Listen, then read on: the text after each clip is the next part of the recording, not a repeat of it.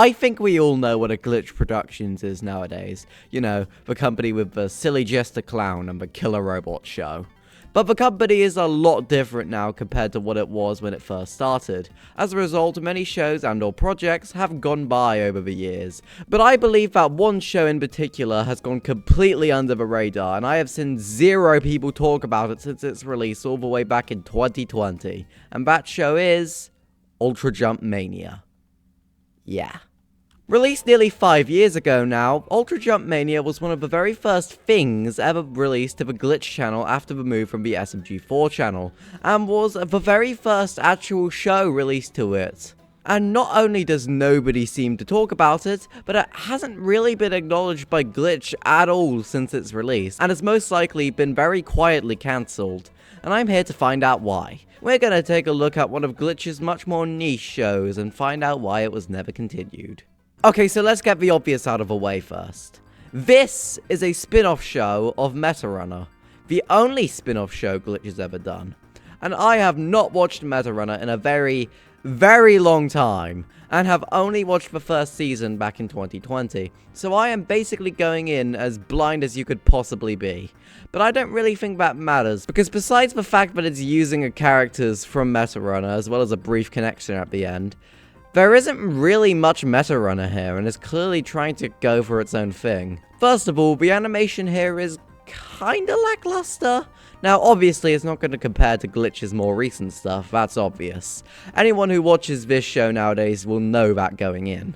But I don't know. Even Meta Runner, which came out a year prior, looked much better than this. Everything here just feels so clunky, I guess. The pilot was made during a time when Glitch mostly made their animation with motion capture, which looks fine.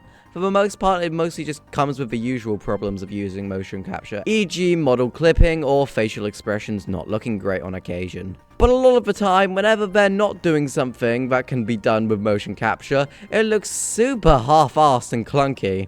It's genuinely hard to tell if they're just doing this to make it feel more video gamey, or if it's just genuinely the animators being lazy.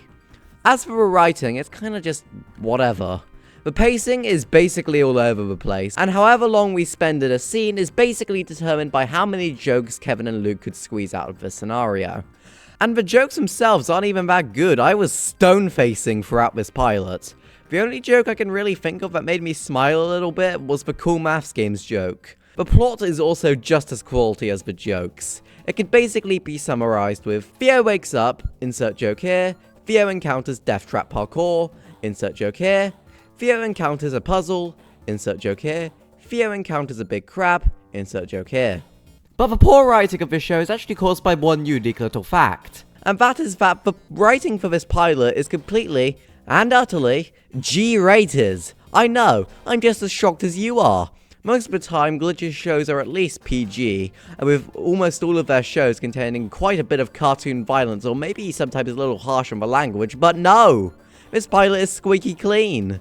However, ultimately, I do think this move ended up backfiring for Glitch, as most of the people watching Jump Mania are Meta Runner fans, and Meta Runner is a PG show, and even then, I think most of the people who are likely to be watching Meta Runner are people 12 and up, because, well, you know, that's YouTube's recommended age. And I don't think the writing here will be all too engaging for those Meta Runner fans.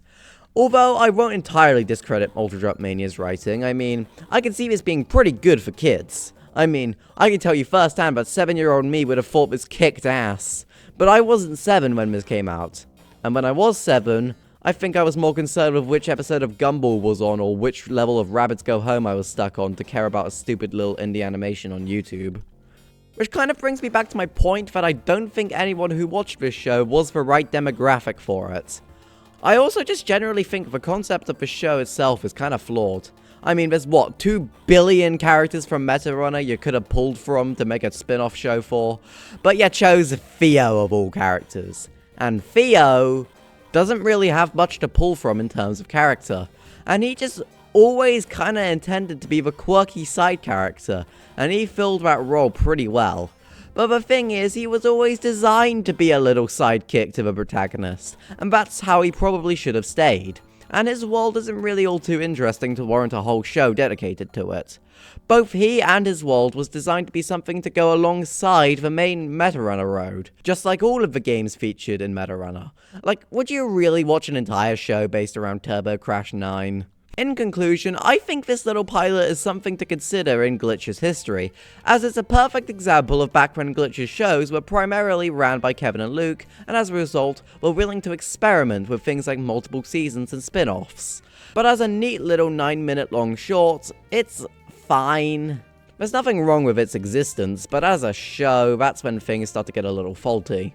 Regardless, I do think it should be brought up a lot more in conversations about Glitch, because although it didn't really go anywhere in the end, and well, isn't that great, and I have no idea who it's trying to appeal to, it is very interesting nonetheless. So well done, Ultra Jump Mania. Congratulations on being the only spin-off show Glitch ever made, as well as being the only show to ever be cancelled by Glitch.